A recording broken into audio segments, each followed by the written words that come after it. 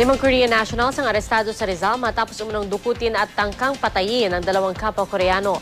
Naaktuhan pa raw ng mga pulis ang mga suspect habang hinahampas ang 2 biktima. Balita natin ni Maria Bulaklak, Ausente. Iika-ika pang maglakad ang biktimang si Lee Sang-wang, isang Korean, nang abutan ng GMA News sa Rodriguez Rizal Police Station kaninang madaling araw. Ang kasamahan nitong si Kim Sung-nam, balot pa rin ng takot matapos dukutin umano at tinangkang patayin ng mga kapwa Koreano. Ayaw munang magbigay ng pahayag ang mga biktima. Ang mga suspect na mga Korean din ay nagpakilalang sina Choi Jin-ah, Shin Ki-sik, Dong Ha-him, Park Tae-yeon at Edward Oh. Arestado din ang driver ng mga ito na si Ariel Kimbo. Ayaw magsalita ng mga arestadong Koreano sa mga otoridad. Pero base sa kwento ng kanilang driver, marunong at nakakaintindi raw ang mga ito ng Tagalog at English. Sila pa nga raw kasi nagbibigay ng direksyon kung saan pupunta. Hindi naman daw sa pilitang isinakay sa van ng 2 Koreanong biktima.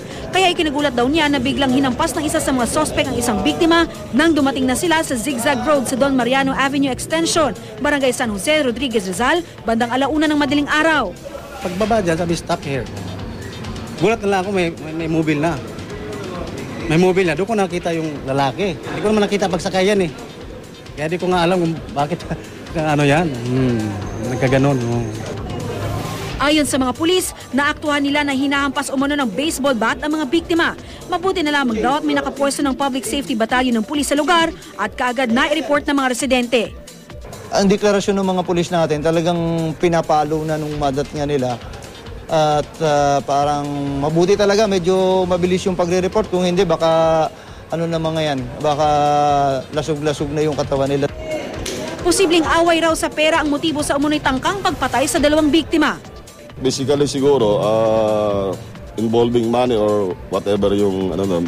Pero ina-imbestigahan natin to verify kung ano talaga yung naging motive ng mga taon to. Kakasuhan ng abduction at attempted murder ang mga suspect. Sa ngayon, tinitingnan ng mga otoridad kung mayroong mga kaukulang papeles ang mga naturang Koreano. Kaya tumawag na sila sa Korean Embassy at sa Bureau of Immigration. Maria Bulaklak, Ausente, GMA News.